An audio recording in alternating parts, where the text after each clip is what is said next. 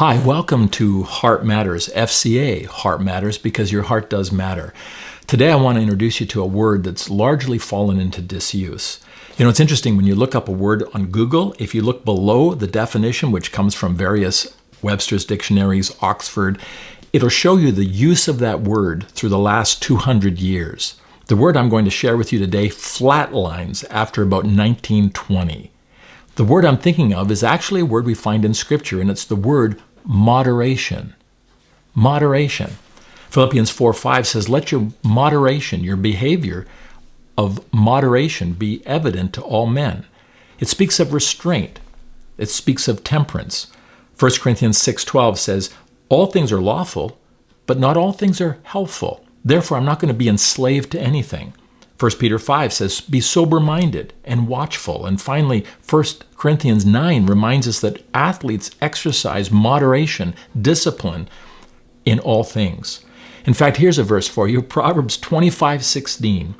If you find honey, eat just enough. Too much of it, and you'll vomit.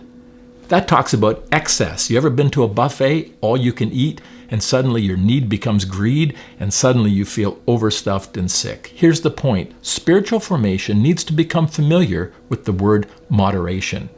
There's lots of opportunities, lots of distractions, lots of demands and duties that fall upon our lives, and only through learning moderation can we sort it all out and remind ourselves that what is most important is that we take time for our inward life, the interior world.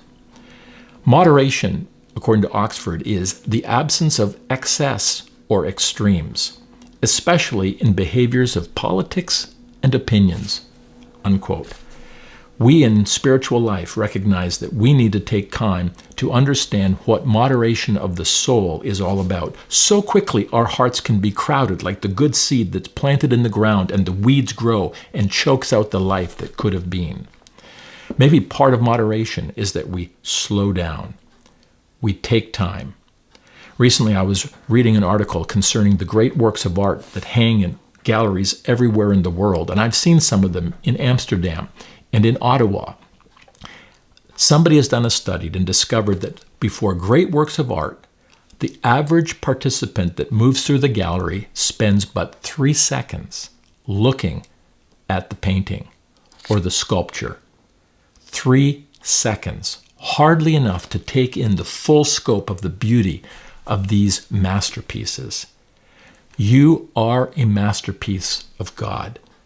And moderation in life helps us then to clear the debris of distractions so that then we can become people who know how to pause, be still, and be silent in the presence of God to do the work internally that we need to do. I hope you'll consider moderation as a pathway to lead to stillness, which leads to deeper understanding of you and of the God you serve. Take care of your heart because your heart matters.